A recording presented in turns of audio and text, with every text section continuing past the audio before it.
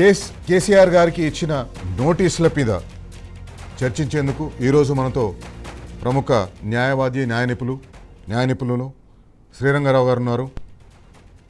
అట్లాగే మనకు జూమ్లో మున్సిపల్ ఎన్నికల ప్రచారం, ఈరోజు మున్సిపల్ ఎన్నికల స్క్రూటినీ జరుగుతుంది.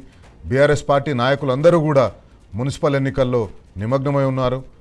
అభ్యర్థులను నిర్ణయించడంలో నిమగ్నమై ఉన్నారు, ప్రచారంలో నిమగ్నమై ఉన్నారు. అయినా కూడా మనకు సిర్పూర్లో ఉన్న దాసోజు శ్రవణ్ గారు సిర్పూర్ నుంచి మనకు అందుబాటులో ఉన్నారు. అట్లాగే రాష్ట్రంలో ఉన్న వివిధ ప్రాంతాల్లో ఉన్న బీఆర్ఎస్ పార్టీ అగ్రనాయకత్వం సింగిరెడ్డి నిరంజన్ రెడ్డి గారు వనపర్తి నుంచి, జగదీష్ రెడ్డి గారు మనకు లైవ్లో అందుబాటులోకి వస్తారు. అట్లాగే రాష్ట్రంలో ఉన్న మిగతా నాయకులందరితో కూడా మాట్లాడే ప్రయత్నం చేద్దాం. ఎందుకు ఈ రకమైన కక్షపూరిత వాతావరణం రాష్ట్రంలో నెలకొంది, ఎందుకు ముఖ్యమంత్రి ఈ రకంగా ఉద్యమ నాయకుడిని, తెలంగాణ సాధించిన కేసీఆర్ని వేధించే పనే పెట్టుకున్నాడు. ఇచ్చిన హామీలకు దిక్కు లేదు. 420 హామీలు, 6 హామీలు అని చెప్పేసినారు. ఇచ్చిన హామీలకు దిక్కు లేదు. వాటిని అమలు చేయమని ప్రజలు అడుగుతుంటే, యూరియా ఇవ్వమని ప్రజలు అడుగుతుంటే, రైతు బంధు అయ్యా ఫిబ్రవరి వచ్చేసింది, రైతు బంధు ఇవ్వండి అని ప్రజలు, ఈ ట్యాపింగ్ అని ఏదో పనికిమాలిన కేసులను పట్టుకొని ఈ రకంగా ప్రజలను డైవర్ట్ చేసే ప్రయత్నం చేస్తున్నారు, ప్రజల ఆలోచనను డైవర్ట్ చేసే ప్రయత్నం చేస్తున్నారు. వీటన్నింటిపైన చర్చిద్దాం. ముందుగా శ్రీరంగారావు గారితో మాట్లాడదాం. శ్రీరంగారావు గారు, ఎందుకు ఇంత విచ్చలవిడిగా చట్టం లేదు, రాజ్యాంగం లేదు, కేసీఆర్ గారు రాసిన లెటర్లో జడ్జిమెంట్స్ని, సైటేషన్స్ చూసినాం, ఇవన్నీ వేటిని పట్టించుకోకుండా చేస్తున్నారు? ఇది వాస్తవానికి సిట్ చైర్మన్ సజ్జనార్ గారు ఉన్నారు కదా, మొన్న ఎన్టీవీ రిపోర్టర్లను అరెస్ట్ చేసిన కేసులో బయట మీడియాతో వస్తూ మాట్లాడుకుంటే, ఎమర్జెన్సీ ఉంటే మీరు ఎవరు ఉండరు, మీరు అందరు లోపల ఉంటారు అని చెప్పేసి అంత అహంకారంతో మాట్లాడి, ఎందుకంటే ముఖ్యమంత్రికి ఎంత అహంకారం ఉందో ఆయన అపాయింట్ చేసిన సిట్ చైర్మన్ కూడా అంతే అహంకారంతో మాట్లాడుతున్నట్టుగా కనిపిస్తుంది. ఈ చట్టాలను పట్టించుకోకుండా వాళ్ళు చేస్తే ఎందుకు ఈ రకంగా వాళ్ళు ప్రవర్తిస్తున్నారు? వాళ్లకు భయం లేదా? ఎవరు అడిగేవాళ్ళు లేరనా? 160 సిఆర్పిసి కింద నోటీస్ ఇవ్వడం కూడా కరెక్ట్ కాదు. ఎందుకంటే మనకు కొత్త చట్టం అమల్లోకి వచ్చింది 1 జూలై 2024. భారతీయ నాగరిక సురక్ష సంహిత కింద 179 కింద వాళ్ళు నోటీస్ ఇవ్వాలి. సరే, ఐపీసీ సెక్షన్స్ కింద కేసు రిజిస్టర్ అయ్యింది కాబట్టి ఆ ప్రకారం 160 సిఆర్పిసి కింద నోటీస్ ఇవ్వచ్చు. కానీ ఇక్కడ మనము పోలీసులు ఇక్కడ వాళ్ళు విస్మరిస్తున్నది ఏంటంటే, చట్టము విస్మరిస్తున్నారు. క్లియర్గా 160 సిఆర్పిస్లో కానీ 179 బిఎన్ఎస్ఎస్లో కానీ క్లియర్గా చట్టం ఏం చెప్తుందంటే, 65 సంవత్సరాలు దాటినటువంటి వ్యక్తిని పోలీస్ స్టేషన్కి పిలవడం కానీ, అతన్ని ఒక ప్రాంతం నుంచి ఇంకో ప్రాంతానికి ప్రయాణం చేసి మీరు ఇక్కడే ఎవిడెన్స్ ఇవ్వాలి, ఇక్కడే మీరు సాక్ష్యం చెప్పాలని ఫోర్స్ చేయడం చట్టబద్ధం కాదు.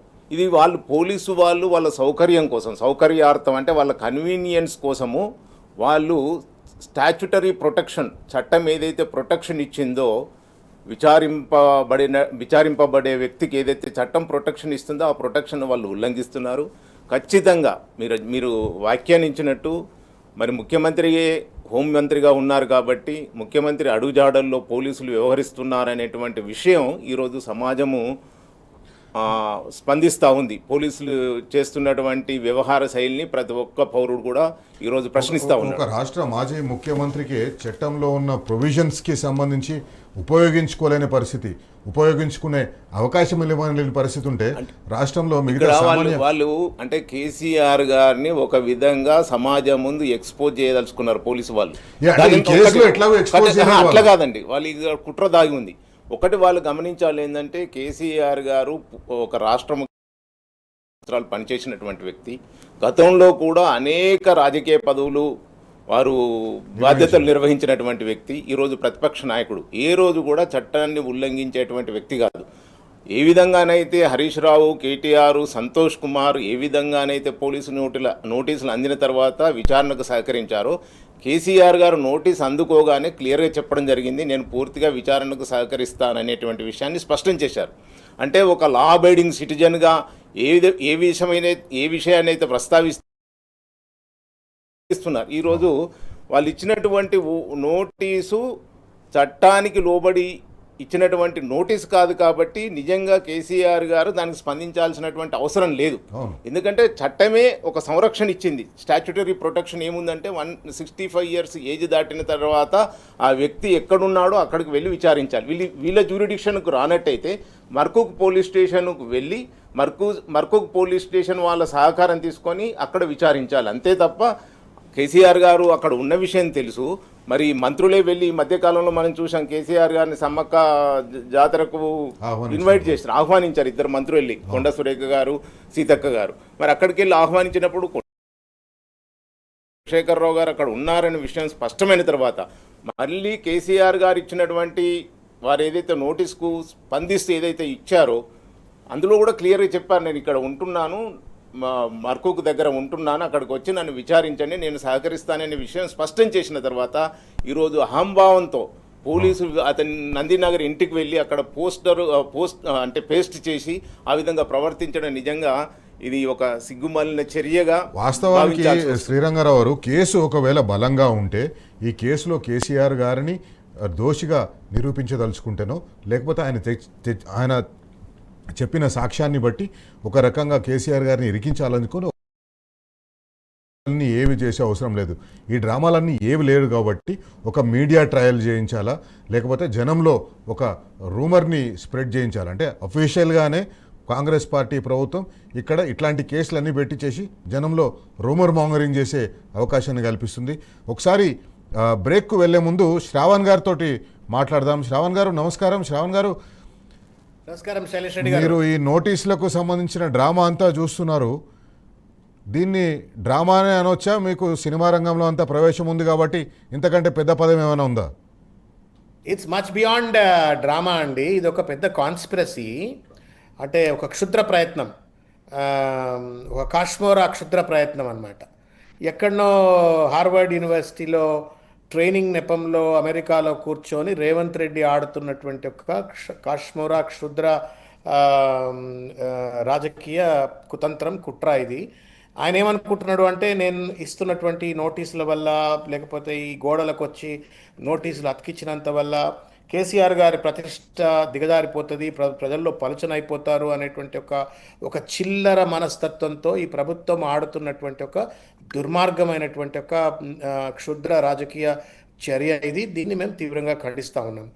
ఇంకొకటి ఏంటి అంటే, చెల్లని రూపాయి గీతలు ఎక్కువ అని చెప్పని వాళ్ళ రేవంత్ రెడ్డి పరిపాలన చేతగాట్లే, ఇచ్చిన వాగ్దానాలను అమలు చేయరాట్లే, ప్రజల్లో దిగజారుతున్నటువంటి ఒక పలుకుబడిని ఎట్లా పెంపొందించుకోవాలో తెలియలేదు.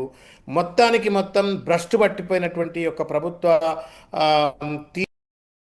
అంటే ఒళ్ళు దగ్గర పెట్టుకొని పరిపాలన అందించేది పోయి ప్రతిపక్ష పార్టీ నాయకుడు అయినటువంటి ఒక కేసీఆర్ గారిని లేకపోతే బీఆర్ఎస్ పార్టీని తూలనాడడమే లక్ష్యంగా పెట్టుకొని అట్లా అదే పరిపాలన అన్నటువంటి ఒక సోయితోటి వాళ్ళ కళ్ళు మూసుకొని రేవంత్ రెడ్డి చేస్తున్నటువంటి ఒక నీచమైన చర్య ఇది. నరనరాన కేసీఆర్ అంటే ఒక పగ, ప్రతీకారం, విషం పెట్టుకొని ఇవాళ నీచంగా ఇవాళ కేసీఆర్ గారికి ఈ కేసే ఒక ఫ్యాబ్రికేటెడ్ కేసు, ఒక ఫాల్స్ ఎవిడెన్సెస్తో ఫ్యాబ్రికేట్ చేసినటువంటి ఒక దుర్మార్గమైన కేసు ఇది. శ్రావణ్ గారు పరిపాలన చేయడం కోసం ఏం లేదని మీరు అంటున్నారు. పరిపాలన చేయడం కోసం ఏమైనా ఉంటే ఒక ముఖ్యమంత్రి 15 రోజుల పాటు 2 వారాల పాటు రాష్ట్రాన్ని వదిలిపెట్టి షికార్లు కొడుతుంది పోతాడండి? దావోస్లో ఏం చేసిండు? దావోస్లో ఏం చేయలేదు, అక్కడ షికార్లు కొట్టిండు, గురువుగారి సేవలో మునిగిపోయి ఉన్నాడు, గురువుగారి కొడుకు సేవలో మునిగిపోయి ఉన్నాడు. అక్కడి నుంచి చక్కగా అమెరికా పోయిండు. అమెరికాలో ఏం చేసిండో 3-4 రోజులు ఎవరికి తెలియదు. మళ్ళీ తీరా చూస్తే హార్వర్డ్ యూనివర్సిటీలో ఒక వారం రోజుల కోర్స్కి 90 లక్షలు, ₹1 కోటి ఎంతో కట్టి ఒక వారం రోజులు పుస్తకాలు పట్టుకొని పోయిందంటారు. హార్వర్డ్ ఎవడన్నా పుస్తకాలు పట్టుకొని పోతుండ ఇవాళ రేపు? అందరూ ల్యాప్టాప్లో లేకపోతే ఐపాడ్లు వాడడం రానివాడు మాత్రమే పుస్తకాలు పట్టుకొని పోతాడు. ఇక్కడ Congress party social media, Congress party నాయకులు పుస్తకాలు పట్టుకొని మళ్ళీ ఒక్కసారి నేర్చుకుంటేందుకు పోయినా చేస్తారు. ఏముంటుంది ఆయన అక్కడ నేర్చుకుంటేందుకు? అక్కడ పోయి పాఠాలు చెప్తున్నాడు కేటీఆర్. ఆ పాఠాలు చెప్తున్న దగ్గర పోయి ఈయన పోయి నేర్చుకుంటున్నాడంట. యంగ్ లీడర్షిప్ అంటే ఇక్కడ పరిపాలించడానికి ఏం లేదు. తెలంగాణలో వస్తే హైదరాబాద్లో వచ్చి కూర్చుంటే జనం రైతు బంధు ఏమైందని అడుగుతారు. తెలంగాణలో వస్తే హైదరాబాద్లో కూర్చుంటే ఫుడ్ పాయిజనింగ్ మీద పిల్లలు రోజు చచ్చిపోతున్నారు. ఎందుకు చచ్చిపోతున్నారు, వాళ్ళని ఏం చేస్తున్నారని చెప్పేసి అని మీలాంటి వాళ్ళు రోజు సూది పెట్టి పొడుస్తూనే ఉంటారు, రోజు సూది పెట్టి చేస్తూ ఉంటే ఆయనకు మనశ్శాంతి లేకుండా పోతుంది. ఆ మనశ్శాంతి లేకుండా పోతుంది కాబట్టి ఎప్పుడు అవకాశం దొరికితే అప్పుడు హైదరాబాద్ వదిలిపెట్టి వెళ్ళిపోతున్నాడు. కేరళలో ఎవడన్నా పుస్తకావిష్కరణకు పిలిస్తే అక్కడ వెళ్ళిపోతున్నాడు, ముంబైలో ఎవడన్నా పెళ్లికి పిలిస్తే ఆ పెళ్లికి పోతున్నాడు, బెంగాల్లో ఎవడన్నా పెళ్లికి పిలిస్తే పెళ్లికి పోతున్నాడు, ఢిల్లీలో బారసాల ప్రోగ్రాంలకు పిలిస్తే ఢిల్లీలో బారసాల ప్రోగ్రాంలకు పోతున్నాడు. ఎక్కడ కూడా ఎప్పుడు కూడా హైదరాబాద్లో ఉన్నట్టు మనకు కనిపిస్తలేదు. తెలంగాణ సాధించిన ఉద్యమ నాయకుడికి ఈ వేధింపులేందని బరాబర్ అడుగుదాం. పరిపాలన చేత కాక ఈ నాయకులను, ప్రతిపక్ష నాయకులను వేధిస్తున్నారు, ఎందుకు వేధిస్తున్నారు అని బరాబర్ అడుగుదాం. రైతు బంధు ఏమైంది, రైతు బంధు ఎప్పుడు ఇస్తావు అని బరాబర్ అడుగుదాం. ఫుడ్ పాయిజనింగ్తో గురుకులాల్లో విద్యార్థులు ఆసుపత్రి పాలవుతున్నారు, ఎందుకు వాళ్లకు సరైన తిండి పెట్టలేకపోతున్నారు, బరాబర్ అడుగుదాం. ఇవన్నీ ప్రజలు అడుగుతారనే పనికిమాలిన కేసులతోటి డైవర్షన్ చేస్తున్నారు. ఒకసారి ఫార్ములా ఈ కేసు అని చెప్పేసి అని కేసు డైవర్ట్ చేస్తారు, ఒకసారి విద్యుత్ కుంభకోణం అని చెప్పేసి కేసు డైవర్ట్ చేస్తారు, ఒకసారి కాళేశ్వరం అని కేసు డైవర్ట్ చేస్తారు. ఈ రకంగా ఇక్కడ ఎన్ని చేసినా కూడా ఏమి ఆధారాలు దొరుకుతలేవు, ఏం చేయలేకపోతున్నారు. కాబట్టి కొత్త కొత్త డ్రామాలు, సినిమాటిక్గా ఆ డ్రామాల్ని మళ్ళీ ఒకసారి తెర ముందుకు తీసుకొస్తున్నారు. శ్రావణ్ గారు మనతో లైవ్లో అందుబాటులో ఉన్నారు. రంగారావు గారితో మాట్లాడడం మరొక చిన్న విషయం శ్రావణ్ గారి దగ్గర మాట్లాడదాం. భారత రాష్ట్ర సమితికి సంబంధించిన ఎమ్మెల్యేలు, ఎమ్మెల్సీలు, ఎంపీలు, ఇతర నాయకులు ఎట్లా దీని మీద రియాక్షన్ ఇస్తున్నారు, ఏమనుకుంటున్నారు? అంటే తీవ్రమైనటువంటి ఒక మనోవేదనకు కేవలం బీఆర్ఎస్ పార్టీ నాయకులు కార్యకర్తలే కాదు, నేను ఇప్పుడు ఇవాళ ఆసిఫాబాద్ తర్వాత కాగజ్ నగర్ పరిసరాల ప్రాంతాల్లో విస్తృతంగా తిరిగితే ఎక్కడ కూడా ఇదేం పోయేగాలము, వినాశకాలే విపరీత బుద్ధి అన్నట్టుగా ఈ రేవంత్ రెడ్డికి ఇదేం ముదనష్టపు రోగము, ఈ పోలీసులు ఏమన్నా ఈ రేవంత్ రెడ్డి చేతిలో తోలుబొమ్మల, ఎందుకు ఇవాళ తెలంగాణ తెచ్చిన బాపు పైన, తెలంగాణ కోసం పాపం 14 ఏళ్ళు కడుపు కట్టుకొని మడమదిప్పని పోరాటం చేసి తెలంగాణ తీసుకొచ్చినట్టుగా యోధుడి పైన ఇదేం పద్ధతి, ఇదేం కేసులు? సొంత రాహుల్ గాంధీ పైన నేషనల్ రాయల్ కేసులో, సోనియా గాంధీ పైన నేషనల్ రాయల్ కేసులు పెడితేనేమో దేశవ్యాప్తంగా అదేదో తప్పిదాలు జరిగినట్టుగా నిరసన తెలిపేటువంటి వీళ్ళు ఒక తప్పుడు కేసు పెట్టి తెలంగాణ జాతిపిత అయిన కేసీఆర్ పైన ఎంతవరకు సమాజం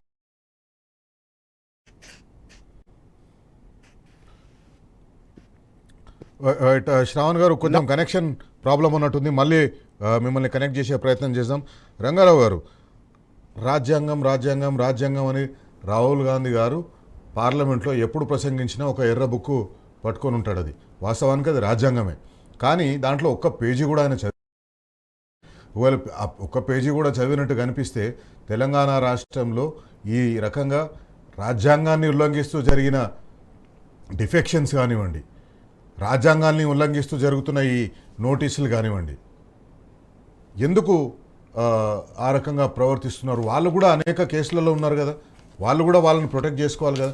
కేవలం అధికారాన్ని కాపాడడం కోసం లేదా ఢిల్లీకి చేస్తున్న నాటకాలు ఎట్లంటే అట్లే నడిపించుకునే అవకాశం ఇచ్చిండ్రా వాళ్ళకు? ఒకటి ఇక్కడ మనం అర్థం చేసుకోవాల్సింది ఏంటంటే, ఈరోజు కేసీఆర్ గారు ఇచ్చినటువంటి నోటీస్కు రిప్లై ఏదైతే ఉందో, ఈ రిప్లైలో అన్నీ చాలా వివరంగా ఇచ్చారు. అవును, పోలీసులు దీన్ని చూసిన తర్వాత వాళ్ళకి అర్థమై ఉంటుంది, మేము అనేకమైనటువంటి చట్ట ఉల్లంఘనలకు పాల్పడుతున్నాము, తొందరపడి ముఖ్యమంత్రి ఆదేశాల మేరకు పనిచేస్తూ మేము చట్టము ఒక వ్యక్తి కల్పించినటువంటి హక్కులను కాలరాస్తున్నాము అనేటువంటి విషయము వాళ్ళకి స్పష్టమై ఉంటుంది. ఎందుకంటే ఈ రిప్లై నోటీసులో సుప్రీంకోర్టు ఇచ్చినటువంటి అన్ని కేసెస్ని, సుప్రీంకోర్టు జడ్జిమెంట్స్ ఇచ్చినటువంటి చాలా కేసెస్ని రెఫర్ చేశారు. 179 BNSS కింద ఏదైతే రక్షణలు ఉంటాయో ఆ రక్షణలు మీరు ఉల్లంఘిస్తున్నారు, మీరు నోటీస్ ఇవ్వడం ద్వారా అనేటువంటి విషయాన్ని స్పష్టం చేశారు.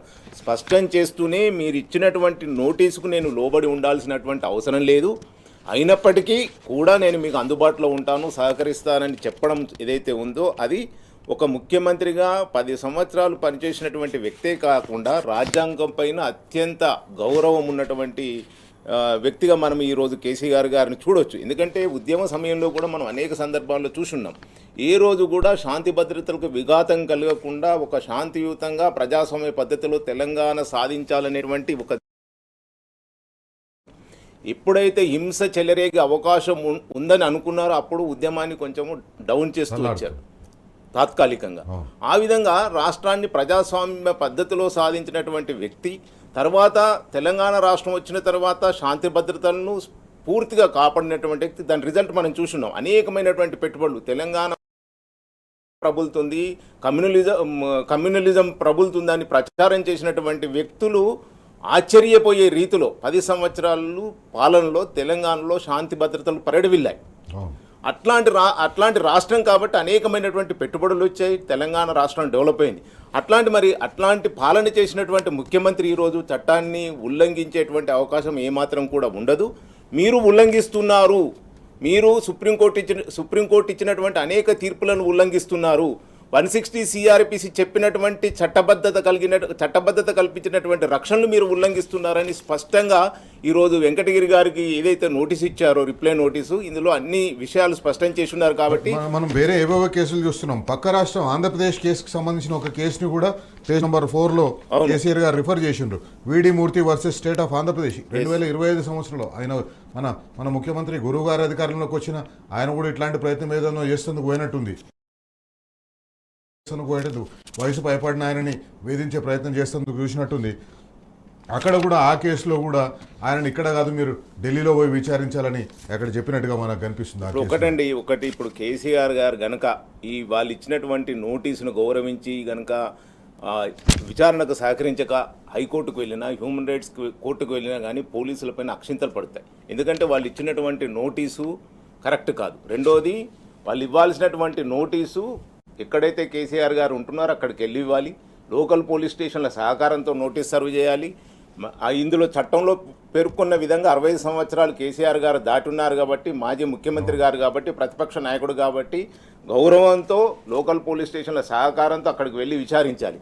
మీరు ఇక్కడికి రండి, మీరు ఇక్కడనే విచారిస్తామని ఏదైతే చెప్తున్నారో ఆ విధంగా బలవంతంగా అంటే ఫోర్స్ చేసి ఒక వ్యక్తిని ప్రయాణం చేసి ఇక హైదరాబాద్కి రమ్మని ప్రోత్సహించడం కూడా కరెక్ట్ కాదు. ఇక్కడ ఫోర్స్ ఒకటే కాదు, ఇంటిమిడేషన్ కూడా కనిపిస్తుంది. రాత్రిపూట ఇంటికి పోయి 9 గంటల తర్వాత అంతకుముందే రాసిన లేఖల్లో నేను అక్కడ ఉంటలేను, నేను ఇక్కడ ఉంటున్నాను చెప్పిన తర్వాత కూడా ఇంటికి పోయి నోటీసులు ఇచ్చే ప్రయత్నం చేసి ఇంట్లో ఎవరు లేరు కాబట్టి గేటు కతికిస్తామని, ఇది ఇంటిమిడేషన్ కూడా, ఫోర్స్ కూడా కాదు, ఇంటిమిడేట్ చేస్తున్నారు. నిన్న నేను రాసినటువంటి ఆర్టికల్లో క్లియర్గా చెప్పడం జరిగింది. ఇది చైన్ ఇన్వెస్టిగేషన్ కాదు, ఇది ఒక పొలిటికల్ ఇంటిమిడేషన్ ఇన్వెస్టిగేషన్ జరుగుతూ ఉంది. అంటే ఒక రాజకీయ ప్రోద్బలంతో జరుగుతున్నటువంటి విచారణనే తప్ప పోలీసులు చేస్తున్నటువంటి విచారణ ఏదైతే ఉందో, ఈరోజు రాష్ట్ర ముఖ్యమంత్రి హోంశాఖ మంత్రిగా పనిచేస్తున్నటువంటి రేవంత్ రెడ్డి గారి యొక్క ప్రోద్బలంతో ఇంటిమిడేషన్, నేను అందుకొరకు చెప్తున్నా, పొలిటికల్ ఇంటిమిడేషన్ ఇన్వెస్టిగేషన్ ఈ కేసులో జరుగుతుంది.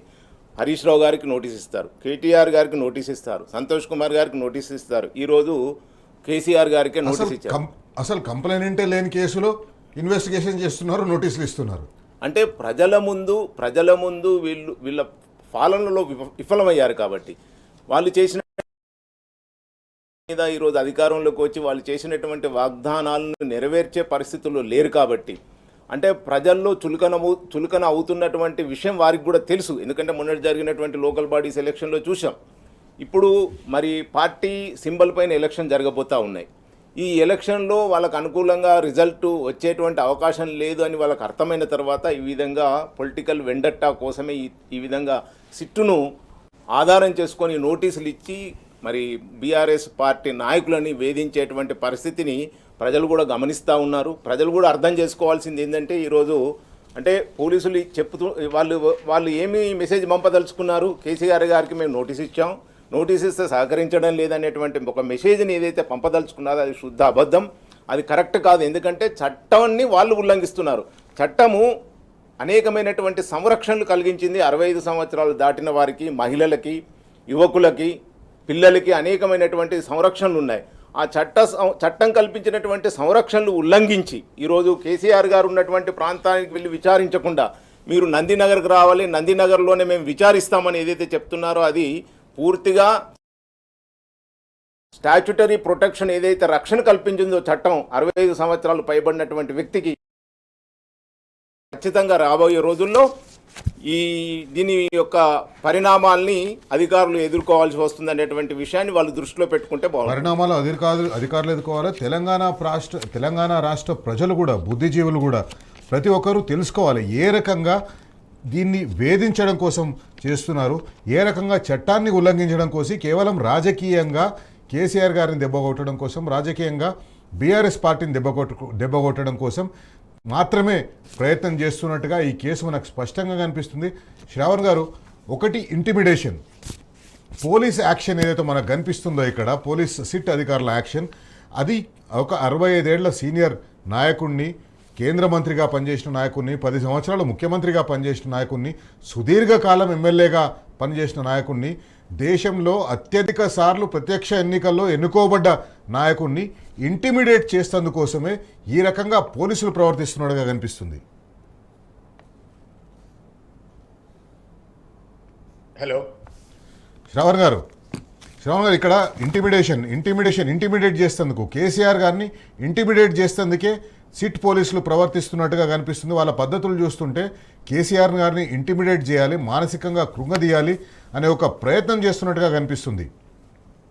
ఇప్పుడు కేసీఆర్ గారిని అదిరించాలనో బెదిరించాలనో లేకపోతే అవమానించాలనేటువంటి ఒక ప్రయత్నం ఎవరన్నా చేస్తే అంతకంటే మూర్ఖత్వం ఎక్కువ ఉండదు. ఎందుకంటే అనేక అవమానాలను, అనేక అదిరింపులను, బెదిరింపులను తట్టుకొని నిలబడి తెలంగాణ ఉద్యమంలో రాజశేఖర రెడ్డి గారు కావచ్చు, లేకపోతే ఇంకా సీమాంధ్ర పెట్టుబడిదారులు కావచ్చు, సీమాంధ్రకు సంబంధించిన నాయకగణం కావచ్చు, కేంద్ర ప్రభుత్వంలో నాయకగణం కావచ్చు, వీళ్ళందరినీ తట్టుకొని నిలబడి తెలంగాణ ఉద్యమంలో కొట్లాడినటువంటి ఒక దీక్షాలు, ఆయన ఒక సింహం లాంటి మనస్తత్వం ఉన్నటువంటి ఒక వ్యక్తి ఆయన. కాబట్టి ఆయనను రేవంత్ రెడ్డి వచ్చి నోటీసుల వల్ల బెదిరిస్తా అని చెప్పని అనుకుంటే, అదిరిస్తా అనుకుంటే, లేకపోతే అవమానిస్తా అనుకుంటే, నా దృష్టిలో కానీ తెలంగాణ ప్రజల దృష్టిలో సూర్యుడి మీద ఉమ్మేస్తా ఉన్నాడు రేవంత్ రెడ్డి, లేకపోతే ఈ ప్రభుత్వం, ఈ క్యాబినెట్, ఈ మా పోలీసులు తప్పనిసరిగా వాళ్ళ ముఖం మీదనే, వాళ్ళు ఊసింది వాళ్ళ ముఖం మీదనే పడుతుంది. ఇది కేసీఆర్ గారిని పలుచన చేస్తున్నా అనుకొని తాను పలుచనవుతున్నాడు అన్న విషయం గుర్తించలేనటువంటి ఒక దుర్యోధన మూర్ఖత్వంతో రేవంత్ రెడ్డి గారు ఉన్నారు. That is what is happening today.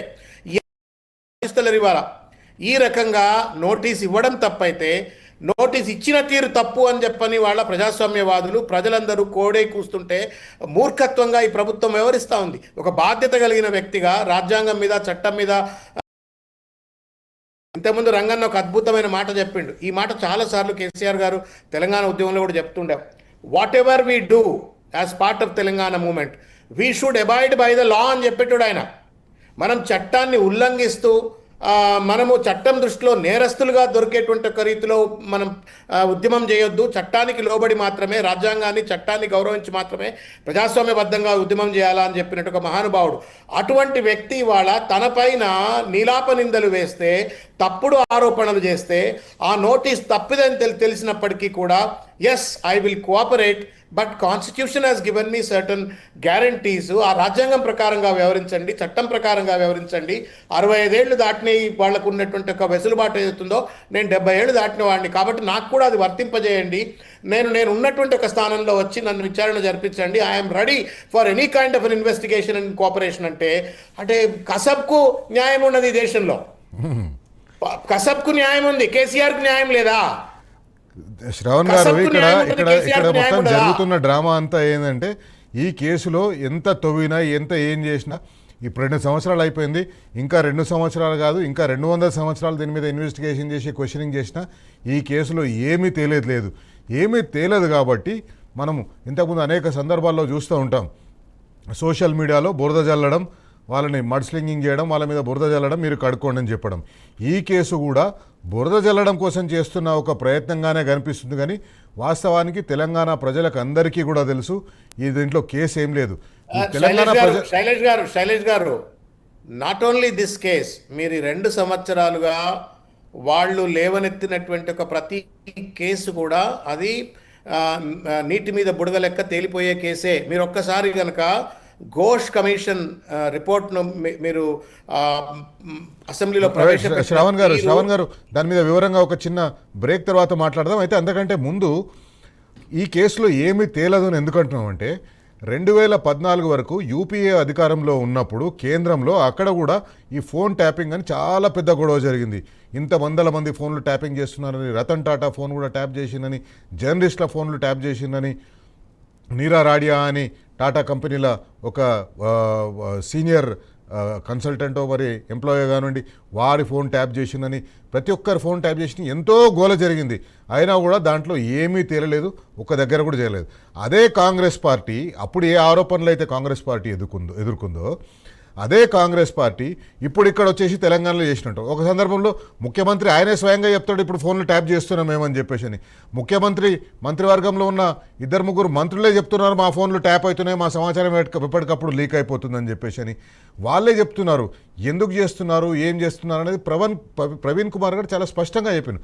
Phone tapping case ఒక పనికిమాలిన కేసు. ఎందుకంటే అనేక సందర్భాల్లో 10 ఏళ్ళు ముఖ్యమంత్రిగా పనిచేసిన కేసీఆర్ గారు స్పష్టంగా చెప్పడం జరిగింది. గూఢచార వ్యవస్థ సమాచారం తీసుకురావాలని మాత్రమే మేము చెప్తాము, వాళ్ళు ఆ సమాచారం తీసుకురావడం కోసం ఏమేం టూల్స్ వినియోగిస్తారు అని చెప్పేసి మేము వాళ్ళకి చెప్పడం జరగదు. వాళ్ళు ఏ టూల్స్ అయినా ఉపయోగిస్తారు. భారతదేశ అంతర్గత భద్రతకు సంబంధించి మనకు 2-3 ఏజెన్సీస్ పనిచేస్తుంటాయి. రా ఒకటి, ఐబీ ఒకటి, ఇట్లా ఈ 2-3 ఏజెన్సీస్ పనిచేస్తుంటాయి. ఆ ఏజెన్సీస్ ఏ టూల్స్ తీసుకొని ఏ టూల్స్ ఉపయోగించి సమాచారాన్ని సేకరిస్తాయో ఆ సమాచారం ద్వారా భారతదేశంలో అనేక సందర్భాల్లో అనేక టెర్రరిస్ట్ అటాక్లని నివారించడం జరిగింది. అనేక రాజకీయ నాయకులకు సంబంధించిన భద్రతను వాళ్ళు కాపాడడం జరిగింది.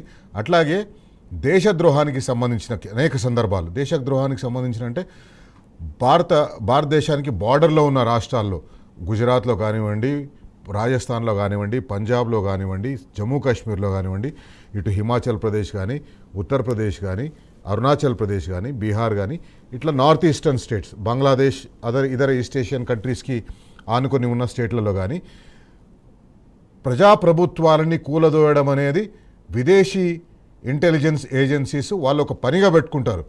ఐఎస్ఐ అయితే ఎప్పుడు పంజాబ్లో అశాంతి నెలకొల్పాలని కోరుకుంటుంది, అశాంతి ఉండాలని కోరుకుంటుంది. ఎప్పుడు గుజరాత్లో కానీ, రాజస్థాన్లో కానీ, జమ్మూ కాశ్మీర్లో కానీ అశాంతి ఉండాలని కోరుకుంటుంది. అదే ఐఎస్ఐ ఈస్ట్ ఇండియాకు వచ్చేసరికి బంగ్లాదేశ్లో ఉన్న ఏజెన్సీస్ ద్వారా, ఇంటెలిజెన్స్ ఏజెన్సీస్ ద్వారా ఎట్లా మనము భారతదేశంలో అశాంతిని నెలకొల్పాలని ఎప్పటికప్పుడు చేస్తుంటాయి, ప్రభుత్వాలను కూలదోసే ప్రయత్నం చేస్తుంటాయి. అట్లాంటి ప్రయత్నమే తెలంగాణలో కూడా 2014లో జరిగింది. 2000 కూడా ప్రజాప్రభుత్వం ఎన్నికైతే ఆ ప్రజాప్రభుత్వాన్ని కూలగొట్టడం కోసం ఒక ప్రయత్నం జరిగింది. ఆ ప్రయత్నాన్ని భగ్నం చేసింది కూడా ఈ ఇంటెలిజెన్స్ ఏజెన్సీసే. ఎవరైతే ముఖ్యమంత్రి గారు ఉన్నారో, ఆ ముఖ్యమంత్రి గురువు గారు ఉన్నారో, ఆ ముఖ్యమంత్రి గురువు గారు వేసిన ప్లాన్ అట్టర్ ఫ్లాప్ అయింది. ఆ శిష్యుడు అడ్డంగా దొరికిపోయాడు. కాబట్టి ఆ కోపాన్నంతా ఇప్పుడు తన మీద పెట్టుకొని ఇప్పుడు ఆ ఫోన్ ట్యాపింగ్ వల్లనే అది జరిగింది కాబట్టి ఆ ఫోన్ ట్యాపింగ్లో నా గురువు ఇజ్జత్ పోయింది, నా ఇజ్జత్ పోయింది, నేను జైలుకు పోవాల్సి వచ్చింది, చిప్పకూడు తినాల్సి వచ్చింది, ఆయనే చెప్పుకున్నాడు అనేక సందర్భాల్లో. అట్లా చెప్పుకున్న అవసరం వచ్చింది, దుర్గతి వచ్చింది కాబట్టి ఇప్పుడు ఆ కేసులో ఎట్లా అయినా బదనాం చేయాలని చెప్పేసి ఒక కంకణం కట్టుకున్నట్టుగా అనిపిస్తుంది. శ్రావణ్ గారు లైవ్లో ఉన్నారు కానీ దురదృష్టవశాత్తు అక్కడ కరెంట్ లేదు, ఆయన సెల్ ఫోన్ లైట్లో ఉన్నట్టు మనకు కనిపిస్తుంది. రాష్ట్రంలో ఇదొక దుస్థితి. రెప్పపాటు కూడా కరెంటు పోకుండా మన రాష్ట్రాన్ని మనలో కరెంటు లోటు లేకుండా చేసుకున్నామనికి ఇప్పుడు ఆదిలాబాద్ జిల్లాలో సిర్పూర్లో ఉన్న శ్రావణ్ గారు కరెంటు లేదు కాబట్టి సెల్ ఫోన్ లైట్లో వేసుకున్నట్టు కనిపిస్తుంది. ఇంకా అది కనెక్ట్ అవుతున్నట్టుగా కూడా లేదు. ఆయన విజువల్ కూడా మనకు క్లియర్గా కనిపిస్తలేదు. మళ్ళీ ఒకసారి ఆయనతో మాట్లాడదాం. ఇంతలోపు శ్రీరంగారావు గారు రాజ్యాంగం ఉల్లంఘన అనేది ప్రతి క్షణం జరుగుతూనే వస్తుంది. కేంద్రంలో ఇదే మాటని వాళ్ళు లేవనెత్తుతూ వస్తున్నారు. మన రాష్ట్రంలో కూడా అనేక సందర్భాలు మనం చూసినాం. ఈ ఫోన్ ట్యాపింగ్ కేసు ఒకటే కాదు, రాజ్యాంగానికి వ్యతిరేకంగా వాళ్ళు పనిచేస్తున్నటువంటి ఈ కేసులు ఉన్నాయి, డిఫెక్షన్ కేసులు, యాంటీ డిఫెక్షన్ కేసులు కళ్ళకు కట్టినట్టుగా మనకు కనిపిస్తుంది, మన ముందల్లే కనిపిస్తుంది. మొన్నటికి మొన్న వారం రోజులు 10 రోజులు కూడా కాలేదు, గద్వాల ఎమ్మెల్యే బండ్ల కృష్ణమోహన్ రెడ్డి బీఆర్ఎస్ పార్టీలో ఉన్నాడు అని చెప్పేసి స్పీకర్ గారు తన నిర్ణయాన్ని ప్రకటించారు. ఆయన నిన్న చూస్తే గద్వాలలో కాంగ్రెస్ పార్టీ అభ్యర్థుల నామినేషన్ల ర్యాలీలో పాల్గొంటాడు, వాళ్ళకు బీఫామ్స్ పంచిపెడుతుంటాడు. ఈరోజు ఆయనంతా కాంగ్రెస్ పార్టీకి ఓట్లు వేయండి అని చెప్తున్నాడు. అసలు ఏంది ఎందుకు ఇంత భయంకరమైన పరిస్థితి, ఎందుకు ఇంత దుస్థితి? ఒక రాష్ట్ర అసెంబ్లీ స్పీకర్ అంటే కేవలం ఒక స్పీకర్, ఒక కాన్స్టిట్యూషనల్ పోస్ట్ ఒకటే కాదు. భారత రాజ్యాంగాన్ని, భారత చట్టాలను పరిరక్షించవలసిన అత్యున్నత స్థాయిలో ఉండి ఒక బాధ్యతాయుతమైన స్థాయిలో ఉండే వ్యక్తి ఒక స్పీకర్ అంటే. అట్లాంటి వ్యక్తులు కూడా ఎవరి ధైర్యం చూసుకొని ఏం చూసుకొని ఎందుకు రాజ్యాంగాన్ని ఉల్లంఘిస్తున్నారు, ఎందుకు చట్టాలను ఉల్లంఘిస్తున్నారు, ఏమి చేయలేవు, ఇమ్యూనిటీ ఏమైనా ఉందనే ఒక భరోసా వాళ్ళకు ఉందంటారా? ఒకటండి, ప్రజలకు అబద్ధాలు చెప్పి ప్రజలను మోసపూరిత మాటలు చెప్పి అధికారంలోకి వచ్చినటువంటి వ్యక్తుల యొక్క వ్యవహార శైలిని ఈరోజు రాష్ట్రం చూస్తూ ఉంది. ఎందుకంటే ముఖ్యమంత్రి గారే ఏ రోజు కూడా బూతు పదం ఉచ్చరించకుండా మాట్లాడేటువంటి పరిస్థితి రాష్ట్రంలో లేదు.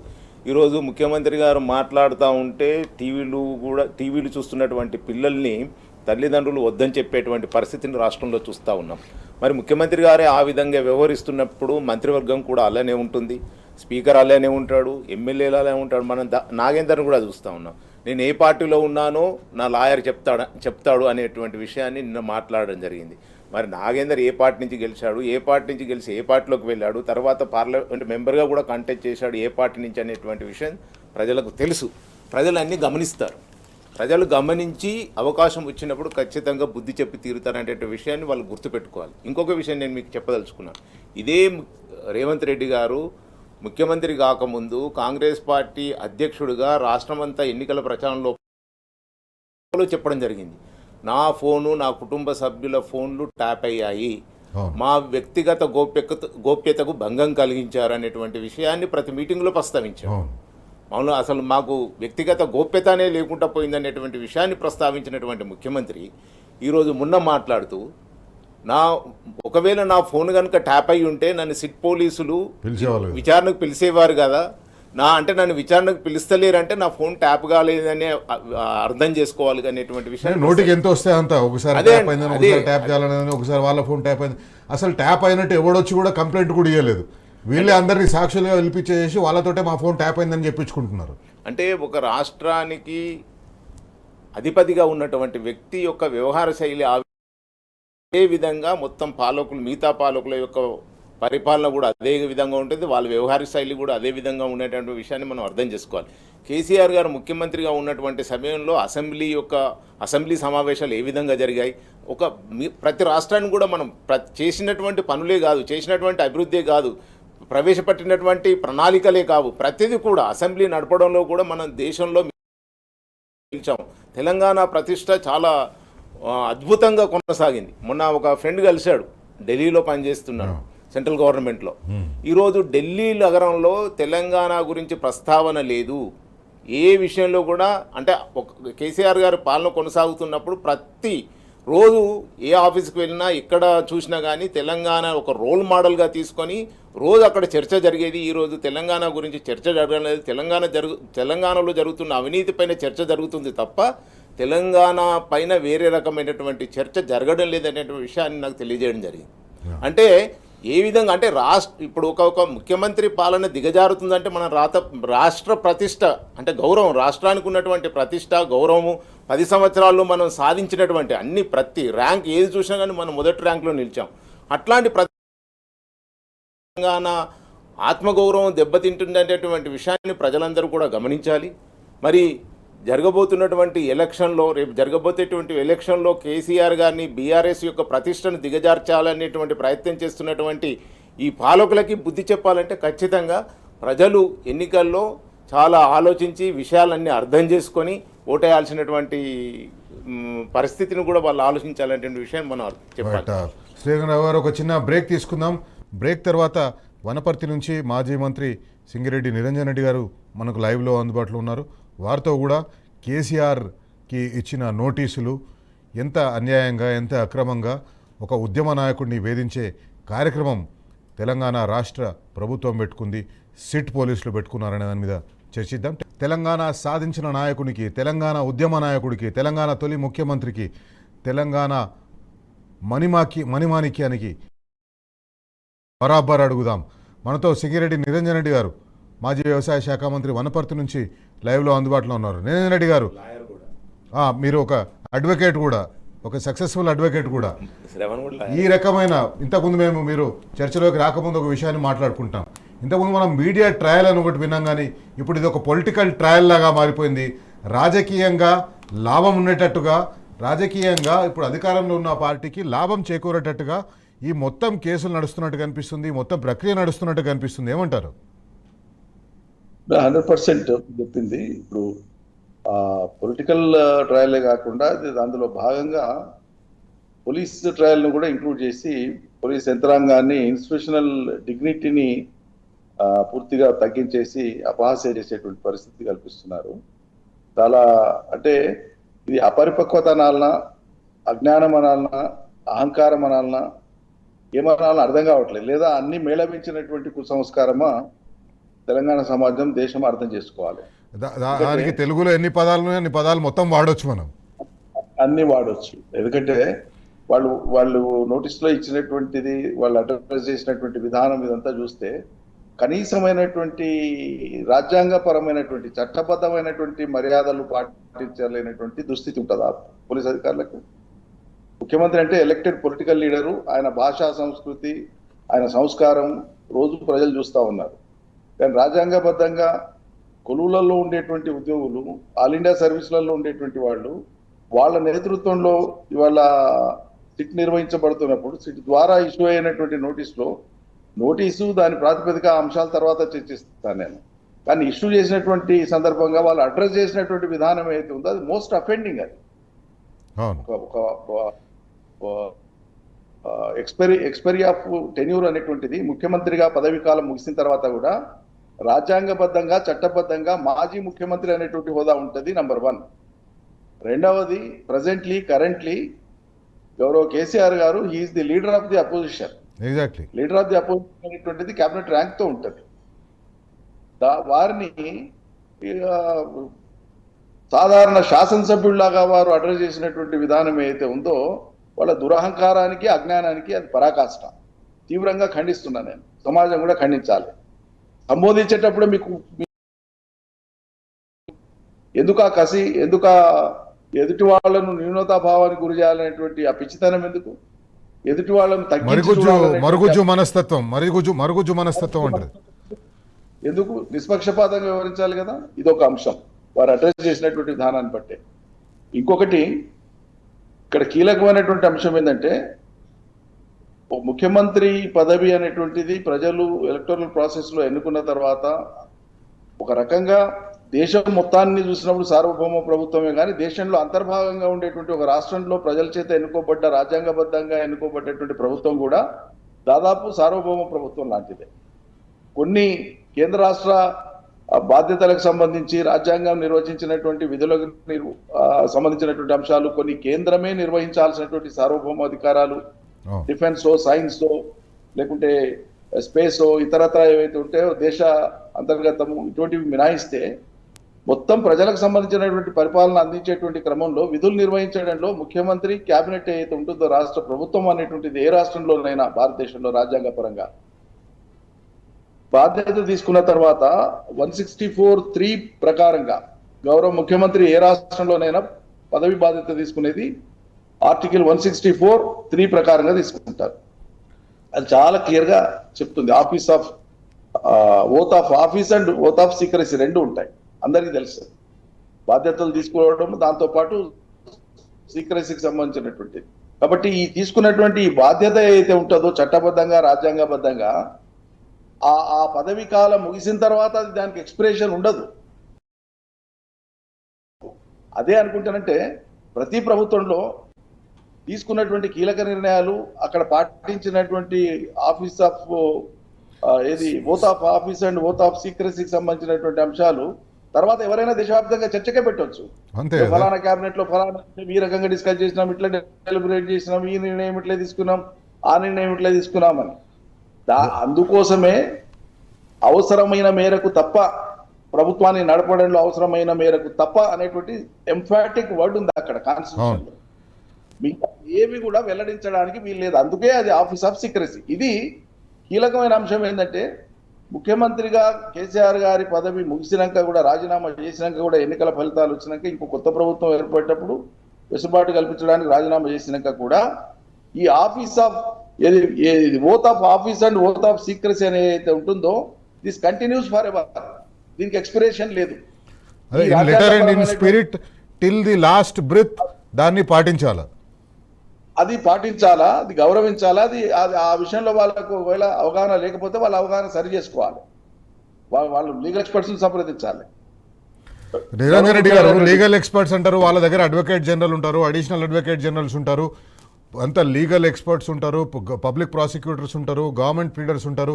వాళ్ళందరినీ పెట్టుకొని కూడా ఈ నోటీసులు ఇచ్చినప్పుడు ఆ నోటీసుల్లో కనీసం కేసీఆర్ గారు రిప్లై ఇచ్చిన నోటీసులో ఉండే సుప్రీంకోర్టు హైకోర్టు సైటేషన్స్, ఈ కేసుకు సంబంధించిన సైటేషన్స్, బిఎన్ఎస్ఎస్కి సంబంధించిన సెక్షన్ 179 ఏం చెప్తుంది, సిఆర్పిసికి సంబంధించిన సెక్షన్స్ ఏం చెప్తున్నాయి, ఇవన్నీ చూసుకోలేరా వాళ్ళు? వాళ్ళకి అవన్నీ తెలుసు, అన్నీ తెలిసే డ్రామాలు చేస్తున్నారు, అన్నీ తెలిసే ఏ రకంగా దీన్ని పొలిటిసైజ్ చేయాలి, ఏ రకంగా పొలిటికల్ కార్యక్రమం లాగా ముందరకు తీసుకోవాలని చేస్తున్నారు.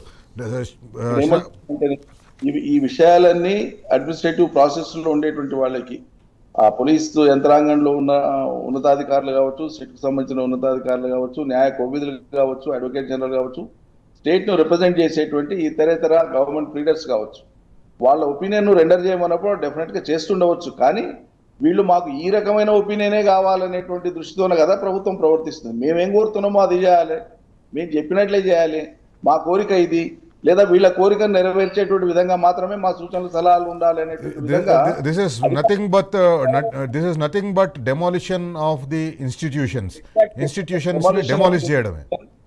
Demolition of the institution, lowering the dignity of and spirit of the, ఏవైతే బాధ్యతలు ఏవైతే రాజ్యాంగపరంగా నిర్వర్తించే ఉన్నాయో వాటన్నింటిని కూడా మంటగలిపేటువంటి దానికి వాటికి ఉండేటువంటి ప్రాధాన్యతల్ని, గౌరవాల్ని బూడిదలో కలిపేటువంటి ప్రయత్నం వీళ్ళు చేస్తున్నారు, చాలా చాలా దారుణంగా. ఇప్పుడు 160 సిఆర్పిసి చెప్పేటువంటిది ఏంటి, చాలా సులువైనటువంటిది, సో వెరీ సింపుల్. అది కానిస్టేబుల్ స్థాయి అధికారికి కూడా ఆ 160 సిఆర్పిసి ఏం చెప్తుంది, లేకపోతే 179 బిఎన్ఎస్ఎస్ ఏం చెప్తున్నది, రాష్ట్రంలో ఒక కానిస్టేబుల్ స్థాయి అధికారికి కూడా ఆ విషయాలు తెలుసు. దురదృష్టం ఏంటంటే సీనియర్ ఐపీఎస్ అధికారి, సిట్కు ఇప్పుడు నేతృత్వం వహిస్తున్న ఐపీఎస్ అధికారి, హైదరాబాద్ కమిషనర్గా చేస్తున్న ఐపీఎస్ అధికారి, ఆయన దీన్ని ఇగ్నోర్ చేసేసి కేవలం పొలిటికల్ బాసెస్ని సాటిస్ఫై చేయడం కోసం ఆయన ప్రవర్తిస్తున్న తీరైతే అసలు నిజంగా ఆశ్చర్య కలిగించే తీరు. ఆశ్చర్యమేం లేదు. పొలిటికల్ బాసెస్ ని సాటిస్ఫై చేసేటువంటి విధంగా ఆ రకమైనటువంటి సైకోఫాన్స్ ని over a period of time వీళ్ళు బిల్డ్ చేస్తూ వస్తున్నారు, ఇన్స్టిట్యూషన్ ని డెమాలిష్ చేస్తూ వస్తున్నారు. వాళ్ళకేం తెలియక కాదు, తెలిసే చేస్తున్నారు, కాన్షియస్ గానే చేస్తున్నారు ఈ తప్పు. And this has to be challenged in the court. Definite గా వాళ్ళు రిప్రిమాండ్ ఫేస్ చేయాల్సి వస్తుంది, అంత ఈజీ కాదు. ఎందుకంటే 160 సిఆర్పిసి కానిస్టేబుల్ ట్రైనింగ్స్ లో చెప్తారు, స్టేషన్ హౌస్ ఆఫీసర్ గా గివెన్ పాయింట్ ఆఫ్ టైంలో కొన్ని సందర్భాల్లో కానిస్టేబుల్స్ కూడా ఎస్హెచ్ఓస్ గా పనిచేసేటువంటి సందర్భాలు వస్తాయి కొన్నిసార్లు. కానిస్టేబుల్ కానీ, హెడ్ కానిస్టేబుల్ కానీ, ఆ తర్వాత పైన ఉండేటువంటి అన్ని ర్యాంక్స్ కానీ వాళ్ళకి విధిగా ఉన్న వీళ్ళకి కూడా ఎక్సెప్షనల్ గా వీళ్ళకంతా కూడా నేర్పిస్తారు. సో 160 సిఆర్పిసి ప్రకారం, 160 ప్రొవైజర్ 2 ప్రకారంగా, ఒకటి ఏజ్ ఫ్యాక్టర్, 2 ఉమెన్, మూడవది విట్నెస్ ను కంపెల్ చేయడానికి వీల్లేదు. ఎప్పుడు కూడా అక్యూజ్ ని కంపెల్ చేయొచ్చు మీరు, అక్యూజ్డ్ కోర్టు ముందుకు రాకపోతే అనేక రకాల పద్ధతులు ఉన్నాయి, నోటీసులు ఇవ్వడం కానీ, అప్రహెండ్ చేయడం కానీ, అప్రహెన్షన్కి దొరకకపోతేనంటే నోటిఫై చేయడం కానీ, రకరకాల నోటీసులు ఇవ్వడం కానీ, అంతిమంగా అక్యూజ్డ్ యొక్క ప్రెజెన్స్ని సెక్యూర్ చేయడం కోసం కోర్టుకి అవసరమైతే వాళ్ళ ప్రాపర్టీస్ని కూడా అటాచ్ చేసేటువంటి ప్రొసీజర్ ఉంటుంది. కానీ ఒక విట్నెస్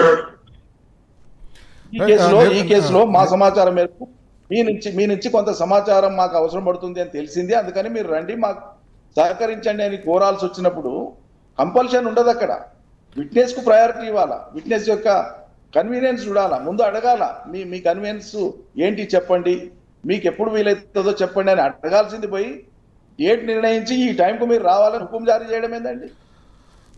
నిరంజన్ రెడ్డి గారు మీరు లైన్లో ఉండండి, ఒక చిన్న బ్రేక్ తీసుకుందాం. శ్రావణ్ గారు మీరు కూడా లైన్లో ఉండండి. మీకు ఇంతకుముందు మీరు లైవ్లో ఉన్నప్పుడు కరెంటు పోయిందని చెప్పిండ్రు, మీరు ఆ టార్చ్లు కానీ లేకపోతే సెల్ ఫోన్ బ్యాటరీ కానీ అవన్నీ జాగ్రత్తగా పెట్టుకోండి. ఎందుకంటే రాష్ట్రంలో ఇప్పుడు నడుస్తున్న వ్యవస్థను చూస్తుంటే, ప్రభుత్వం నడిపిస్తున్న పద్ధతి చూస్తుంటే ఎప్పుడైనా కరెంటు పోవచ్చు. కాబట్టి మీరు కొంచెం సిద్ధంగా ఉండండి. మళ్ళీ పవర్ పోయినా కూడా మిమ్మల్ని తీసుకొని చీకట్ల నుంచే మాట్లాడండి, తెలుస్తుంది, రాష్ట్రంలో ప్రజలందరికీ తెలుస్తుంది ఎక్కడ కరెంటు కోతలు ఉన్నాయి, ఎక్కడ రైతులకు ఉచితంగా కరెంట్ అందుతుంది, రైతులకు ఉచితంగా కరెంట్ అందుతుందా లేదా. అట్లీస్ట్ మీరు ఆ చీకట్లోనైనా మీరు మాట్లాడండి, దయచేసి డిస్కనెక్ట్ చేయకండి పవర్ పోయిందని చెప్పేసి. ఒక కేసీఆర్ గారికి ఇచ్చిన నోటీసుల మీద రాజ్యాంగ వ్యతిరేకంగా, చట్ట వ్యతిరేకంగా నోటీసులని ఇంటికి గోడకు అతికించడం, ఇవన్నీ ఎందుకు వేధిస్తున్నారో ఒక ఉద్యమ నాయకుడిని బరాబర్ అడుగుదాం. శ్రావణ్ గారు మనతో లైవ్లో అందుబాటులో ఉన్నారు. బ్రేక్కు వెళ్లే ముందు శ్రావణ్ గారితో మాట్లాడే ప్రయత్నం చేసినాం. శ్రావణ్ గారు, పొలిటికల్ ట్రయల్, రాజకీయ ట్రయల్ ఇక్కడ నడుస్తున్నట్టుగా కనిపిస్తుంది. 2 సంవత్సరాలుగా మనం చూస్తున్నాం. 1, 2, 3, 4 కాళేశ్వరం అని, కరెంట్ అని, ఫార్ములా ఈ కార్లని, ఫోన్ ట్యాపింగ్ అని, ఇట్లా అనేక రకాలుగా పాలన పక్కకు పెట్టి ప్రతిపక్ష నాయకుల్ని వేధించే పనినే ఒక ప్రయారిటీగా పెట్టుకున్నట్టుగా అనిపిస్తుంది. ఎక్కడ కూడా ఇచ్చిన హామీలకు దిక్కు లేదు, ఆల్రెడీ అమల్లో ఉన్న పథకాలకు దిక్కు లేదు, వాటిని అమలు చేస్తలేరు. గురుకులాల్లో విద్యార్థులు, రోజుకు ఒక గురుకులం నుంచి మనకు వార్త వస్తుంది, ప్రతి గురుకులంలో ఫుడ్ పాయిజనింగ్ కేసులు నమోదవుతున్నాయి. ఉద్యోగాలు 2 లక్షల ఉద్యోగాలు భర్తీ చేస్తామన్నారు, 2 లక్షల ఉద్యోగాల ఊసు లేదు. కొలువుల జాతర అని వాళ్ళ గుంపు మీడియాలో 6 నెలలకు ఒకసారి రాయించుకుంటారు. కానీ కొలువుల జాతర, మేడారం జాతర అయిపోయింది. రెండోసారి మేడారం వాళ్ళ అధికారంలోకి వచ్చిన తర్వాత రెండోసారి మేడారం జాతర అయిపోయింది. కానీ కొలువుల జాతర మాత్రం లేదు. రైతు బంధుకు దిక్కు లేదు, తులం బంగారంకు దిక్కు లేదు, 2500కు దిక్కు లేదు. ఏ ఒక్క హామీని కూడా మాట్లాడకుండా ప్రజలని డైవర్ట్ చేసేందుకోసం, ప్రజలని గాసిప్కు అలవాటు చేయడం కోసం, ప్రజలను ఒక రకంగా ఇవన్నీ మాట్లాడకుండా ఉండి ఈ గాసిప్స్ అన్ని మాట్లాడుకునే విధంగా చేయడం కోసమే ఈ పొలిటికల్ ట్రయల్ నడుస్తున్నట్టుగా కనిపిస్తుంది. అంటే ఒక విషయం ఉంటుందండి, బలహీనుడు ఎప్పుడు కూడా కక్ష సాధింపు చర్యలకు మాత్రమే పాల్పడతాడు. బలవంతుడు ఎప్పుడు కూడా కక్ష సాధింపు చర్యలకో లేకపోతే పక్కనున్నటువంటి వాళ్ళను పలుచలు చేయడానికి ప్రయత్నం చేయడు. ఎందుకంటే తను బలవంతుడు, తన పరిపాలన బలమైనటువంటిది, తను ఇచ్చినట్టుగా వాగ్దానం అమలు చేస్తున్నాడు, ప్రజాదరణ ఉంది కాబట్టి నేను పక్క వాళ్ళను బదనాం చేయవలసిన అవసరం లేదు, పలచన చేయవలసిన అవసరం లేదు, నిందించవలసిన అవసరం లేదని చెప్పని బలవంతుడు ఆలోచిస్తాడు. దురదృష్టం ఏంటంటే రేవంత్ రెడ్డి ఒక బలహీనమైనటువంటి ఒక వ్యక్తిగా బలహీనమైనవాడు, ప్రభుత్వంగా బలహీనమైనవాడు. ఈ మొత్తం ప్రభుత్వం కూడా ఒక బలహీనమైనటువంటి ప్రభుత్వం. వాళ్ళ బలహీనతలను, వాళ్ళు ఇచ్చిన వాగ్దానాలను అమలు చేయలేని చేతగానితనాన్ని ప్రజలు ప్రశ్నిస్తున్నటువంటి ఒక తరుణంలో దాని నుండి తప్పించుకోవడం కోసం ఇవాళ ఒక టార్గెటెడ్గా right from the beginning KCR గారిని ఒక యేసుక్రీస్తు పైన రాళ్లు కొట్టినట్టుగా రాళ్లు కొడుతూ ఇవాళ నిరంతరంగా ఆయనను వేధిస్తూ వాళ్ళేదో గొప్ప పనులు సాధించడమని చెప్పని ప్రజలను మభ్యపెట్టేటువంటి ఒక చిల్లర ప్రయత్నం ఇవాళ చేస్తూ ఉన్నారు. మీరు చాలా విషయాలు చెప్పినారు. ఇచ్చిన వాగ్దానాలకు సంబంధించినటువంటి ఒక అనేక వాగ్దానాలను అమలు చేయట్లేదని చెప్పని, మున్సిపల్ ఎన్నికల్లో చర్చకు జరగొద్దని, లేకపోతే హరీష్ రావు గారు లేవనెత్తినటువంటి ఒక 9 బ్లాక్ టెండర్కి సంబంధించిన అంశం ప్రజల్లో చర్చకు రావద్దని ఒక కుట్రపూరితంగా ఇవాళ ఈ నోటీసుల పరంపర, ఈ కేసుల పరంపర మొదలుపెట్టిండ్రు. వాస్తవానికి శైలేష్ రెడ్డి గారు ఇవాళ నోటీసులు కానీ పోలీసులు కానీ చేపట్టవలసినటువంటి ఒక విచారణలు ఏంటి? ఆర్ఆర్ ట్యాక్స్ ఆరోపణల మీద. ఇవాళ తుపాకులు పెట్టి వ్యాపారస్తులను బెదిరిస్తున్నారు అని చెప్పని వచ్చిన ఆరోపణల పైన విచారణ జరగవలసిన అవసరం ఉంది.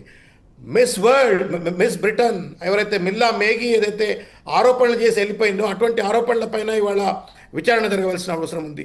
ఇవాళ మీరు ఇంతకుముందు లేవనెత్తినట్టుగా కలుషిత ఆహారానికి గురై చనిపోయినటువంటి ఒక విద్యార్థుల మృతి పట్ల ఇవాళ విచారణ జరగవలసిన అవసరం ఉంది. 9 బ్లాక్ పట్ల టెండర్లలో జరిగిన అవకతవకల పట్ల విచారణ జరగవలసిన అవసరం ఉంది. అమృత్ స్కామ్లో జరిగినటువంటి అంశాల పట్ల విచారణ జరగవలసిన అవసరం ఉంది. కొడంగల్ లిఫ్ట్ ఇరిగేషన్ పట్ల జరిగినటువంటి ఆరోపణల పట్ల విచారణ జరగవలసిన అవసరం ఉంది.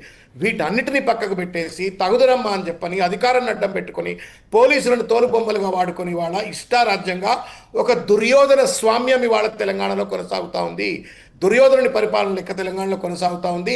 నిరంతరం దుర్యోధనుడు ఎట్లయితే పాండవ వ్యతిరేకిగా నిరంతరం తన యొక్క పరిపాలనా శైలి అంతా ఉండేనో, ఇవాళ కేసీఆర్ గారిని, తర్వాత కేటీఆర్ గారిని, హరీష్ రావు గారిని, బీఆర్ఎస్ నాయకత్వాన్ని బదనాం చేయటమే పరిపాలన అన్నట్టుగా రేవంత్ రెడ్డి ఇవాళ పరిపాలన కొనసాగిస్తూ ఉంది. కాబట్టి మహాభారతంలో ఉన్నటువంటి రేవంత్ రెడ్డికి, దుర్యోధనుడికి, తర్వాత ఇవాళ మనం తెలంగాణలో చూస్తున్నటువంటి ఒక ప్రభుత్వ ముఖ్యమంత్రి రేవంత్ రెడ్డి, ఆ క్యాబినెట్కు కూడా ఏ రకమైనటువంటి ఒక తేడా లేదు.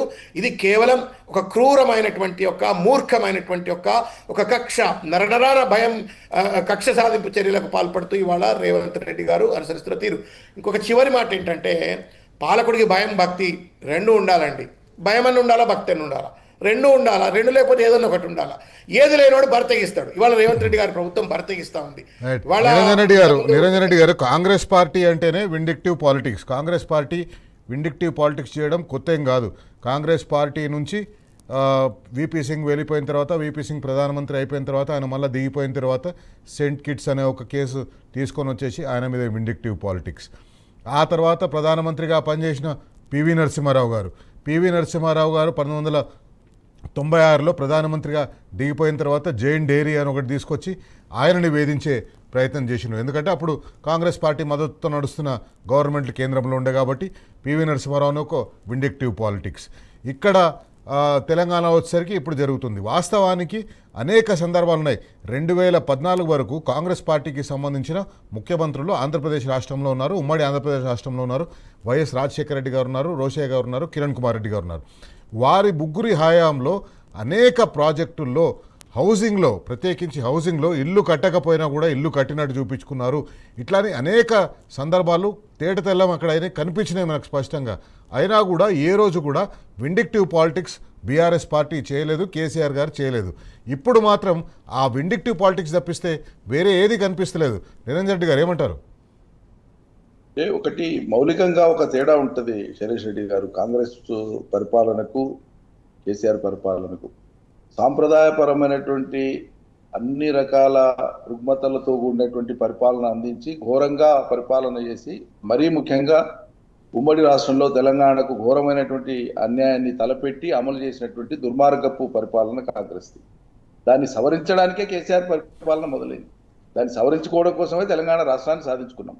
కాబట్టి వాళ్ళ పరిపాలనతో మనం ఏ కోశాన కూడా మనం ఎప్పుడు కూడా పోల్చుకోకూడదు. మనం ఒకటే,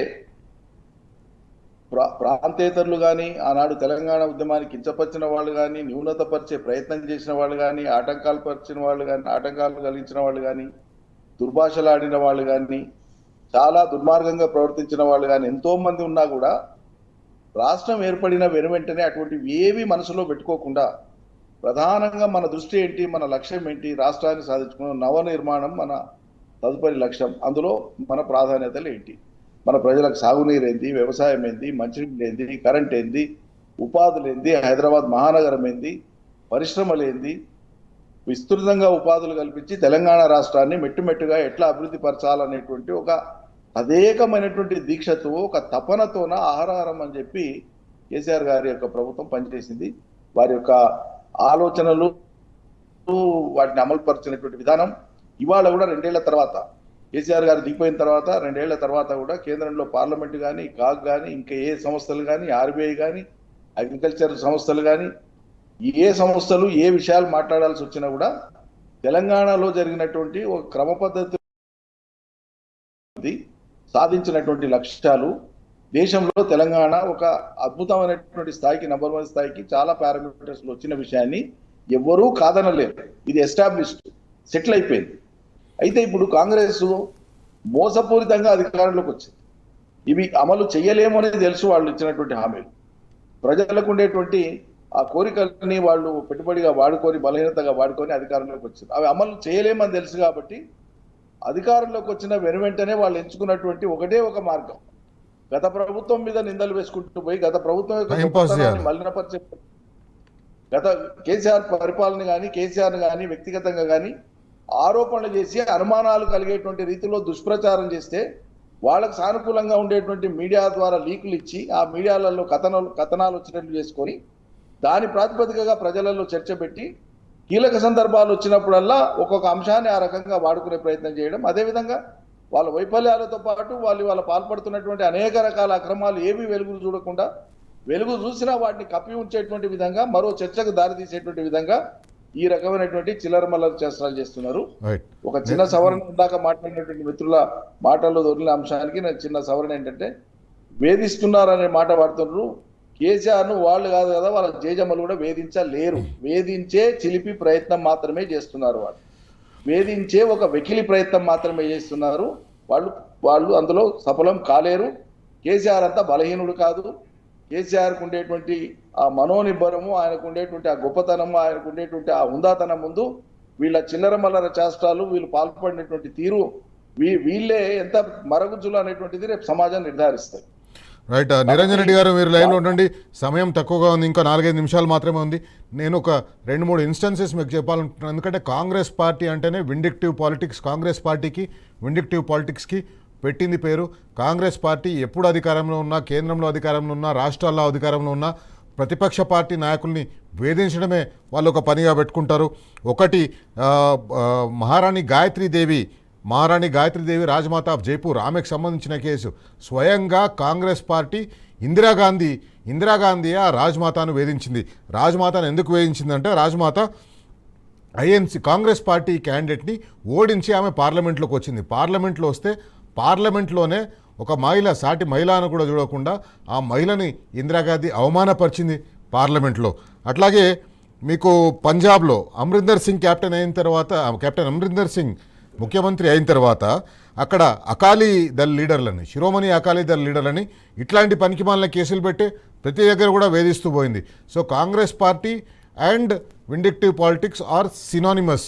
వాళ్ళు రెండు కూడా కాంగ్రెస్ పార్టీ విండిక్టివ్ పాలిటిక్స్ పర్యాయ పదాలు మాత్రమే. అట్లాగే ఛత్తీస్గఢ్లో కూడా అక్కడ భూపేష్ బాఘెల్ ఆయన ముఖ్యమంత్రి అయిన తర్వాత అంతకుముందు ఉన్న ముఖ్యమంత్రులమే ఇట్లాంటి కార్యక్రమాలు చేసిండు. కర్ణాటకలో కూడా అదే కార్యక్రమం అయింది. సిద్ధిరామయ్య ప్రభుత్వం వచ్చిన తర్వాత భారతీయ జనతా పార్టీకి సంబంధించిన నాయకుల్ని లేదా దేవగౌడ కుటుంబాన్ని ఈ రకంగానే వాళ్ళు వేధించారు. ఇప్పుడు తెలంగాణలో కూడా మనం చూస్తున్నాం, తెలంగాణలో కూడా అదే జరుగుతుంది. So Congress party and vindictive politics are synonymous. Congress party వేరు, విండిక్టివ్ పాలిటిక్స్ వేరు కాదు. అది వాళ్ళ బ్లడ్లోనే ఉంది, వాళ్ళ డిఎన్ఏలోనే ఉంది. ఎక్కడైనా అధికారంలోకి వచ్చినామంటే ప్రతిపక్షంలో ఉన్న వాళ్ళని వేధించాలి, రాజకీయంగా కేసులు పెట్టి వేధించాలి. ఏ కేసులు లేకపోయినా ఏదో ఒక కేసు రుద్ది వాళ్ళని అవాసుపాలు చేయాలి, వాళ్ళని రోడ్ల మీదకి ఇడ్చాలి, వాళ్ళ మీద బురద జల్లాలి. ఇది కాంగ్రెస్ పార్టీ డిఎన్ఏలో ఉంది, కాంగ్రెస్ పార్టీ ఎజెండాలో ఉంది, కాంగ్రెస్ పార్టీ రక్తంలోనే ఉంది. శ్రీరంగారావు గారు క్విక్గా సమాప్ట్ చేసేయండి, సమయం తక్కువ ఉంది. అట్లాగే శ్రావణ్ గారు అండ్ నిరంజన్ రెడ్డి గారు క్విక్గా 1 మినిట్లో మీరు సమాప్ట్ చేసేయండి Congress party and vindictive politics మీద. ముందుగా శ్రీరంగారావు. అండి, ఎందుకంటే ఒక లక్ష్యం లేకుండా, అంటే పాలన చేసినప్పుడు ఒక లక్ష్యం ఉండాలి. ఏ విధంగా రాష్ట్రాన్ని పాలిస్తున్నటువంటి రాష్ట్రాన్ని అభివృద్ధి పథంలో నడపాలి, ఏ విధంగా మౌలిక సదుపాయాలు కలిగించాలి, ప్రజలకు ఏ విధంగా సంక్షేమ పథకాలు అందజేయాలి, వ్యవసాయ రంగాన్ని ఏ విధంగా అభివృద్ధి పరచాలి, పరిశ్రమలు వచ్చే విధంగా ఏ విధంగా కృషి చేయాలనేటువంటి లక్ష్యం లేనప్పుడు ఇట్లాంటి పనులు చేస్తారు. రైట్, శ్రావణ్ గారు మీరు చెప్పండి. Congress party and vindictive politics synonymous. వాళ్ళు వీళ్ళు ఒకటే, రెండు ఒకటే, వాళ్ళ డిఎన్ఏలోనే ఉంది విండిక్టివ్ పాలిటిక్స్ అనేది స్పష్టంగా కనబడుతుంది కదా. ఇప్పుడు నేను let me confine to what Telangana people are experience. Telangana ప్రజలు స్పష్టంగా చూస్తున్నటువంటి ఒక అంశం ఇవాళ పరిపాలన కాదు, ప్రతీకారమే ముఖ్యం అన్నట్టుగా ఈ ప్రభుత్వం పనిచేస్తుంది. తర్వాత అది right from the first day of the assembly session నుండి ఇవాల్టి వరకు కూడా నరనరాన పగా ప్రతీకారాన్ని నింపుకొని కేసీఆర్ గారి పట్ల అనుసరిస్తున్న తీరు చూస్తే మీరు ఇంతకుముందు చెప్పిన దేశవ్యాప్త ఉదంతాలు ఇవన్నీ కనుక సినానిమస్గా కనుక కోరిలేట్ చేసినట్టయితే వీళ్ళకి పరిపాలన వద్దు, ప్రతీకారం మాత్రమే కావాలా అన్నట్టుగా వ్యవహరిస్తూ ఉన్నారు. రాజ్యాంగం పైన గౌరవం లేదు, పోలీసులను తొత్తులుగా వాడుకొని ఇవాళ ఒక రాజ్యాంగేతర శక్తుల లెక్క ఇవాళ వ్యవహరిస్తూ ఇవాళ కనీస మానవ హక్కులను కూడా ప్రతిపక్ష నాయకులకు లేకుండా చేసి, మరీ ముఖ్యంగా తెలంగాణ తొలి ముఖ్యమంత్రి అయినట్టు కేసీఆర్ గారి పట్ల అనుసరిస్తున్నట్టు అనుచిత వైఖరే వాళ్ళ యొక్క నిజమైనట్టు విషస్వరూపానికి నిదర్శనం అని చెప్పి నేను భావిస్తాను. నిరంజన్ రెడ్డి గారు మీరేమంటారు? Congress party and vindictive politics. స్వభావరీత్యానే కాంగ్రెస్ పార్టీ ఒక హెజమనిస్టిక్ యాటిట్యూడ్ ఉండేటువంటి పార్టీ. కేంద్రీకృతంగా ఆ అహంకారపు ధోరణి అయితే ఉంటుందో అది సందర్భాలు వచ్చినప్పుడల్లా, అవసరం వచ్చినప్పుడల్లా విపక్ష నాయకుల మీద, విపక్ష పార్టీల మీద వాళ్ళు ప్రయోగిస్తూ వస్తున్నారు. మొట్టమొదలు ఇందిరాగాంధీ గారు ఎమర్జెన్సీ విధించి దేశంలో ఉండేటువంటి లక్షలాది మందిని జైళ్లలో పెట్టి వేలాది మంది పెద్ద పెద్ద నాయకులు, ఇటు రైటిస్టులు కావచ్చు, అటు లెఫ్టిస్టులు కావచ్చు, అకుంఠిత దేశభక్తుల్ని కారాగార వాసంలో పెట్టి ఘనత ఇందిరాగాంధీ గారిది. ఇందిరాగాంధీ గారి మరణానికి సిక్కులను ఇందిరాగాంధీ గారి మరణం తర్వాత ఢిల్లీలో ఊచకోత కోసినటువంటి నిర్దాక్షిణ్యమైనటువంటి కాంగ్రెస్ పార్టీ అది.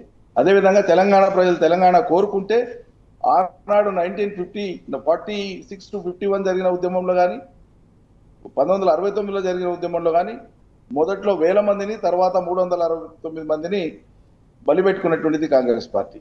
అట్లా కాంగ్రెస్ పార్టీకి స్వభావరీత్యానే వేధించేటువంటి ఒక గుణం ఉంటుంది. తాము అనుకున్నది నెరవేరకపోతే ఎంతటి స్థాయికైనా ముందుకు వెళ్ళిపోయేటువంటి ఒక పరిస్థితి మనం చూస్తాం. అట్లా ఇవాళ మరి దేశవ్యాప్తంగా